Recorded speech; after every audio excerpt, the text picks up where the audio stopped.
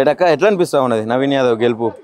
Jubilee hills లో మీరు కూడా భారీగా తిరిగిర్రు, ఖచ్చితంగా బీఆర్ఎస్ అయితే గెలుపు అనుకున్నారు, ఫైనల్ గా బీఆర్ఎస్ ఓటమి పాలైంది. ఓటమి అయిందని ఎవరంటారు? మేమైతే గెలిచినాం. మేము గెలిచినాం, చుక్కలు చూపించినాం, అది చాలు మా గెలుపుకు. అంటే అధిష్టానం దిగింది గల్లీ గల్లీకి.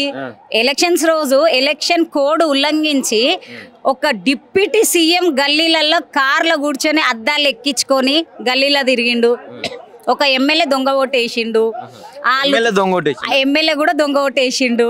అన్ని వీడియోలు అన్ని చూసిరు. కానీ ఇప్పుడు ఉన్నది వాళ్ళ పరిపాలన 100% అది బయటికి రాదు, ఏం కాదు. కానీ నేను చెప్తా, ఒక ఆడది గెలిచింది, ఒక ఆడదాని తోటి కొట్లాడి ఇప్పుడు మైదాన్లకు దిగి ఎలక్షన్ అంటే ఒక రంగం, ఒక అంటే దిగి నువ్వు కొట్లాడడానికి చేతగాని మీరు ఒక రాజకీయ నాయకులేనా? ఎట్లా కొట్లాడిర్రు వాళ్ళు? దొంగోట్లు వేపియలేరా? మీరు చూడలేదా? దొంగోట్లు వేపించిర్రు. దొంగోట్లు పక్కన పెడితే పైసలు వంచిర్రు, కొన్ని కోట్ల పైసలు వంచిండ్రు, కొన్ని కోట్లు పక్కన పెట్టు. మా బీఆర్ఎస్ అభ్యర్థి ఒక్కతి, ఒక ఆడది ఖాళీ బాపు కేసీఆర్ గారు ఇచ్చిన బీఫామ్ మీద బాపు కేసీఆర్ గారు 10 ఏళ్ల పాలనలో చేసిన పథకాలు పబ్లిక్ ఎంత మంచి చేసిండో అవి మా కేసీఆర్ని ముంగడ పెట్టుకొని నడిచి ఆమె ఎలక్షన్ ప్రచారాలకు వెళ్ళింది. మీరు పైసలు, ఎంఐఎం సపోర్టు, బీజేపీ సపోర్టు ఇవన్నీ తీసుకొని పోయిర్రు. మీరు గెలిచినట్టయ్యా? మీరు దొంగ ఓట్లతో గెలిచినా అని సంబరం పడుతున్నారు. కానీ అవి వాళ్ళు ఏమంటున్నారంటే గెలిచిన తర్వాత మేము వీళ్ళు ఎన్ని హామీలు ఇవ్వలేదు అని చెప్పి బీఆర్ఎస్ అంతా కూడా ప్రచారం చేసిరు. కానీ ప్రజలు అవన్నీ నమ్మలేదు, నిజంగా మేము ఇచ్చిన హామీలకు వాటి వల్లనే మేము గెలిచినాం అని చెప్పి లే ప్రజలు, జూబ్లీ హిల్స్ ప్రజలు ఖచ్చితంగా మాకు మంచి తీర్పు ఇచ్చింది. తీర్పు ఇయ్యందే మీరు చెప్పండి. ఇదే లంకా దీపక్ రెడ్డి లాస్ట్ పోయినప్పుడు ఇప్పుడున్న అభ్యర్థి వాళ్ళ గోపీనాథ్ అన్న మీ అప్పుడు ఎలక్షన్స్ అయినప్పుడు 23లో ఆయనకు ఎన్ని ఓట్లు వచ్చినాయి? 25,000 చిల్లర వచ్చినాయి.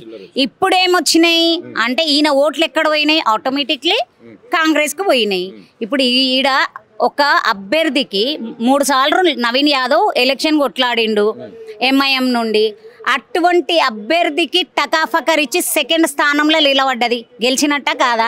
ఆమె ఏ దొంగ ఓటు? బీజేపీ ఓట్లు కాంగ్రెస్ పడ్డాయి. మళ్ళీ ఏవి 25 ఓట్లు ఏవి వాళ్ళవి? ఇప్పుడు ఇంత అదే అయిపోయినాయి ఎందుకు? ఇప్పుడు ఆయన వచ్చి కూడా కాంగ్రెస్ వాళ్ళని ఏ రోజు బుల్డోజర్ కోసం మాట్లాడలేడు. ఎవరు? మన దీపక్ రెడ్డి మాట్లాడలేదు, బీజేపీ కార్యకర్తలు ఎవరు మాట్లాడలేదు, ఎవ్వరు వాళ్ళకి అగ్నేస్తారు. ఖాళీ బీఆర్ఎస్నే దెప్పి పొడిచిరు. మళ్ళీ ఈ బుల్డోజర్ కోసం మాట్లాడాలి కదా. సంజయ్ అన్న కూడా మాట్లాడలేదు, సంజయ్ గారు కూడా వచ్చిర్రు. ఎంతసేపు అభ్యర్థి, బీఆర్ఎస్ అభ్యర్థి ఒక ఆమె భర్త చనిపోయి ఉంటే ఆమెను హేళన చేసిండు. ఇప్పుడు ఆమెకైతే మొదటి పెళ్లి కదా. ఆమె ఇప్పుడు మొగోడికి ఒక న్యాయం, ఆడదానికి ఒక న్యాయమా? ఇప్పుడు మళ్ళీ ఇప్పుడు స్టేట్లో మీరున్నారు, మీరు సెంట్రల్ మినిస్టరు, మీకు రాజీవ్ గాంధీ ఎప్పుడు చచ్చిపోయిండో తెలియదు. ఇక కనీసం ఇదన్నా తెలుసుకోండి. మీ పక్క రాష్ట్రంలో ఒక డిప్యూటీ సీఎము ఆయన మీడియా ముఖంగా ఏమన్నాడు? నేను 4 పెళ్ళిళ్ళు చేసుకుంటా, 5 పెళ్ళిళ్ళు చేసుకుంటా, చేతనైతే మీరు చేసుకోండి అన్నారు. ఒక మొగోడు డిప్యూటీ సీఎం కావచ్చు, కానీ ఒక ఆడది, ఆమెకైతే మొదటి పెళ్ళి కదా. ఇప్పుడు గోపీనాథ్ అన్నకు 2వ పెళ్ళే కాదా మాకు తెలియదు, ఆమెకైతే మొదటి పెళ్ళి కదా. అటువంటి ఆడమేని పట్టుకొని మీరు ఎన్ని మాటలు అన్నారు ఎలక్షన్ ముందు, మళ్ళా ఇప్పుడు ఎన్ని అరాచకాలు చేసిండ్రు. మీరు మీడియా మిత్రులు మీరు చూసిండ్రు ఎలక్షన్ రోజు ఎంత అరాచకం జరిగిందనేది. ఒక్క బీజేపీ నాయకుడు ప్రశ్నించిండా? మా పక్కన టేబుల్ మీద కూర్చొని మధ్యాహ్నం లేచిపోయిండ్రు. అన్ని ప్రజలు గమనిస్తారు, చూస్తారు, రాబోయే ఎలక్షన్లలో బుద్ధి చెప్తారు. ఇంకోటి ఏంటంటే ఇది మేము మా ఓటమి అనుకోము, మేము ఖచ్చితంగా ఇంకా గట్టిగా ఫైట్ చేసే ఒక ఆయుధం మాకు దొరికింది అనుకుంటాము. కానీ ఈ కాంగ్రెస్ ప్రభుత్వానికి, బీజేపీ ప్రభుత్వానికి ఒకటి చెప్తాం, ముఖ్యంగా మన ఈయన సంజయ్ అన్నకు ఆ రోజు మహాభారతంలో ఆడదాన్ని అవమానిస్తే శ్రీకృష్ణుడు పక్కకుండి ద్రౌపదికి మొత్తం ఎట్లా యుద్ధం జరిగిందో, రామాయణంలో సీతమ్మను అవమానిస్తే ఎట్లా జరిగిందో ఒక ఆడదాన్ని అవమానించిండ్రు. మీ పార్టీకి వాళ్ళ అసలు డిపాజిట్ కూడా రాలేదు. వచ్చే ఎలక్షన్లో బీజేపీ పార్టీనే లేకుండా పోతుంది. ఒక ఆడదాన్ని అవమానించిండ్రు. ఫైనల్గా బీజేపీ ఈరోజు జూబ్లీహిల్స్లో కూడా బీజేపీ పోటీ చేసింది. మీరన్నట్టు గతంలో 25,000 30,000 వచ్చినటువంటి ఓట్లు ఈరోజు కనీసం ఒక 5,000 6,000 కూడా లేవు. సాయంత్రం ఈరోజు బీజేపీ భవన్లో సంబరాలు ఉన్నట్టుగా సమాచారం అందుతా ఉన్నది. ఏంది అసలు ఎట్లా చూస్తారు? ఆర్ఎస్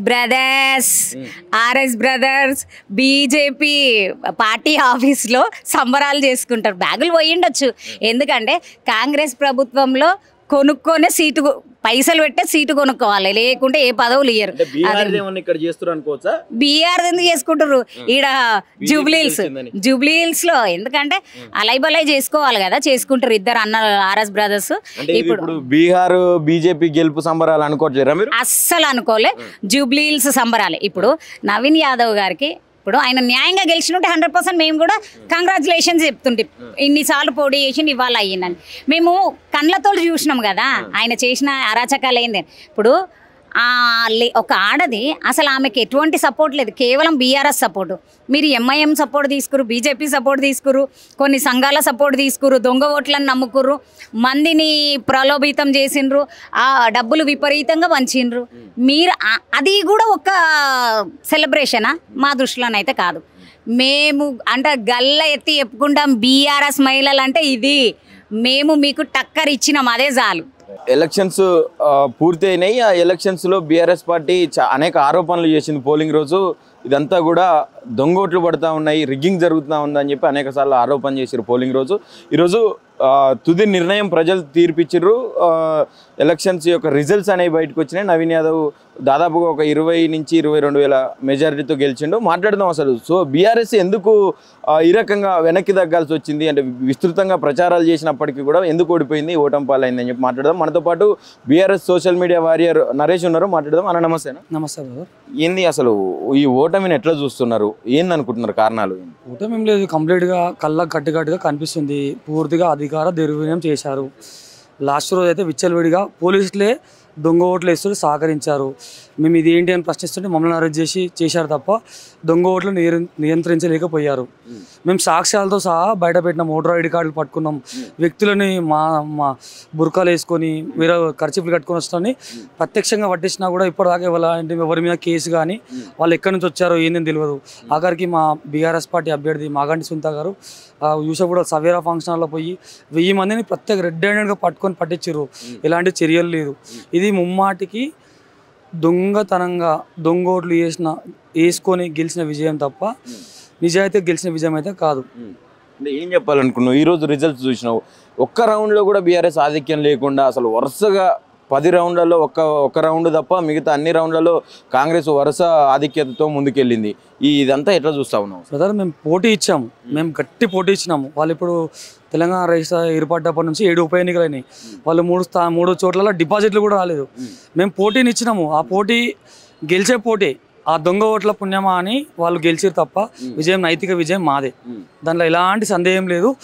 మేము కాదు, ఇప్పుడు బీఆర్ ఎన్నికల పుణ్యమా అని దేశవ్యాప్తంగా అందరు చూసిర్రు. ఇక్కడ రాహుల్ గాంధీ సంఖలో అది పట్టుకొని ఓట్చోరు అంటాడు కదా, జూబ్లీహిల్స్ రాహుల్ గాంధీ కనిపిస్తలేదా? బీఆర్లో ఇప్పుడు ఎగ్జిట్ పోల్ రాగానే ఓట్లు దొంగతోట్లు పడ్డాయంటే నువ్వు ఆడ చేస్తే అక్కడ నువ్వు ఓడిపోతే దొంగ ఓట్లు, ఇక్కడ నువ్వు గెలిస్తే దొంగ ఓట్లు వేయరు. అంటే మేము సాక్ష్యాలు పెట్టిన పనికిరావు, నీది మాత్రం పక్కా, ఇక నువ్వు పిఎం అయినట్టే. అయితే ఇంకో పక్క బీఆర్ఎస్ అసలు 10 సంవత్సరాల నుంచి పట్టించుకోకుండా కూడా కళ్ళబుల్లి మాటలు చెప్పి ఏదో గెలవాలని ప్రయత్నించింది, కానీ ఆఖరికి మేమే గెలిచినాం, న్యాయం గెలిచిందని చెప్పి కాంగ్రెస్ వాళ్ళు మాట్లాడుతున్నారు. ఏం చెప్పలేదు, తప్పు చెప్తున్నాను కదా, కళ్ళకట్టుగా వేరే ఏం ముచ్చట ఏం లేదు. వాళ్ళు ఒకటే నమ్ముకున్నారు, దొంగ ఓట్లు నమ్ముకున్నారు, పైసలు నమ్ముకున్నారు, విచ్చలవిడిగా బెదిరింపులు. లోకల్ మా క్యాడర్ని కూడా బూత్ స్థాయిలలో కూడా అది చేస్తాం ఇది చేస్తామంటే క్యాడర్ని కూడా భయభ్రాంతులకు మీరు ఇన్ని జరుగుతున్నాయి ఏం చెప్పిండ్రు, దొంగ ఓట్లు నడుస్తా ఉన్నాయి, రిగ్గింగ్ నడిచిందని చెప్పారు. ఎలక్షన్ కమిషన్కి కంప్లైంట్ ఇవ్వడం కానీ ఇలాంటి ఏం చేసి నిత్యం రోజు మా బీఆర్ఎస్ పార్టీ నుంచి ఒక టీం ఉన్నది. డే బై డే పొద్దున్న నుంచి సాయంత్రం వరకు 3 రోజుల నుంచి 4 సార్లు కలిసారు. ఇప్పటికీ ఎవరి మీద ఎలాంటి చర్య తీసుకోలేదు, తీసుకున్న దాఖలాలు కూడా లేవు. అంటే ఎలక్షన్ కమిషన్ కూడా ఈ రకంగా వ్యవహరిస్తున్నాం, దీన్ని ఎట్లా ప్రూఫ్ మేము కంప్లైంట్ ఇచ్చినా మొత్తం ప్రూఫ్తో సహా చెప్పిండు. ఇప్పుడు మా బీఆర్ఎస్ పార్టీ వర్కింగ్ ప్రెసిడెంట్ అదే చెప్పిండు, మేము చెప్పేడు అని చెప్పినాం. వాళ్ళు యాక్షన్ తీసుకోకపోతే మేమేం చేస్తాం? అదే ఎందుకంటే దేని కారణంగా తీసుకోలేకపోయారు అనుకుంటున్నారు? అధికార పార్టీకి మద్దతు తెలిపారు అంతే, ఇక వాళ్ళ కారణాలు వాళ్ళకు ఉంటాయి. ఒకటి ఉప ఎన్నికనే కదా, ఏమవుతుందో అనుకున్నారు. ఉప ఎన్నిక ఓడిపోవచ్చు. రాష్ట్రం అప్పుడు ప్రతిపక్ష కాంగ్రెస్ కూడా 3 సార్లు డిపాజిట్ కోల్పోయింది, అధికారం వచ్చింది. రేపు మేము కూడా అట్లే వస్తాయని మేము అనుకుంటున్నాం. ఫైనల్గా ఈ పోలీసుల వ్యవహార శైలి చూసిరు మీరు. పోలింగ్ రోజు కూడా మీరు దొంగోట్లు ఉన్నాయి, అది ఉన్నాయి, ఇది ఉన్నాయి అని చెప్పి బీఆర్ఎస్ శ్రేణులంతా కూడా ఆపడానికి ప్రయత్నించారు. ఒక ఘర్షణ వాతావరణం నెలకొన్నది ఆ రోజు. ఎందుకు పోలీసులు వన్ సైడ్గా చేసినట్టు అనిపించింది? అసలు ఎందుకు దాని కారణాలు? రేవంత్ రెడ్డి ప్రభుత్వాన్ని నడిపించేదే పోలీస్ వ్యవస్థను నమ్ముకొని.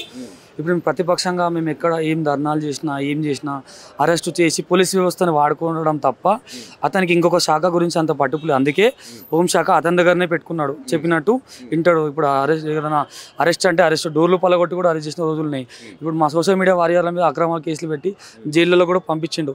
ఒక పోలీస్ వ్యవస్థ పోలీస్ శాఖను తప్ప అతనికి ఏ శాఖ మీద నమ్మకం లేదు. పోలీస్ శాఖ సహకరిస్తుంది. ఇప్పుడు వాళ్ళ ఉద్యోగం వాళ్ళు చేస్తారు, ముఖ్యమంత్రి చెప్తే చేయాల్సి వస్తుంది, అంతే. ఎట్లా అనిపిస్తున్నది ఈ ఎపిసోడ్ మొత్తం కూడా? ఏం చెప్పాలనుకున్నారు ప్రజలు తీర్పు ఇచ్చిర్రు మాకు. ప్రజలను మేము నిందిస్తలేము. ప్రజలు తీర్పు మంచిగానే ఇచ్చారు. మాకు విజయం వచ్చిందని మేము అనుకుంటున్నాము.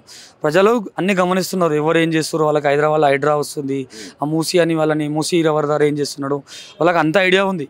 కాకపోతే దొంగ ఓట్లు వేసి గెలిచిన వాళ్ళని ప్రజలు ఏమి చేయగలుగుతారు?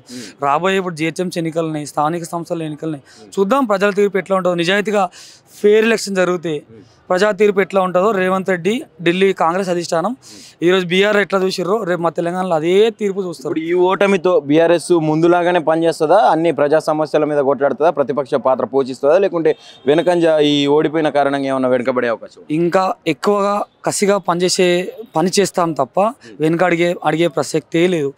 ఏం చేస్తాడు మా అంటే కేసులు స్టార్ట్ చేస్తాడు. మళ్ళీ ఇప్పుడు ఎలక్షన్ అయిపోయింది, మళ్ళీ ఇప్పుడు లోకల్ బాడీ చేసే ఎన్ని కేసులు వేస్తాడు? ఏం చేస్తాడు? 100 కేసులు వేస్తాడు మంచి మీద. చంపలేడు కదా, వేస్తాడు. మాకు న్యాయ వ్యవస్థ నమ్మకం ఉంది. ప్రజల కోసం ప్రజల పక్షాన ముమ్మాటికి మేము మా పోరాటాన్ని కొనసాగిస్తూ ఉంటాం.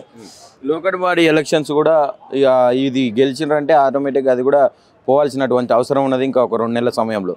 ఇటు పార్టీ ఫిరాయింపు ఎమ్మెల్యేలకు సంబంధించి కూడా నిర్ణయం కోర్టు చేతిలో ఉన్నది.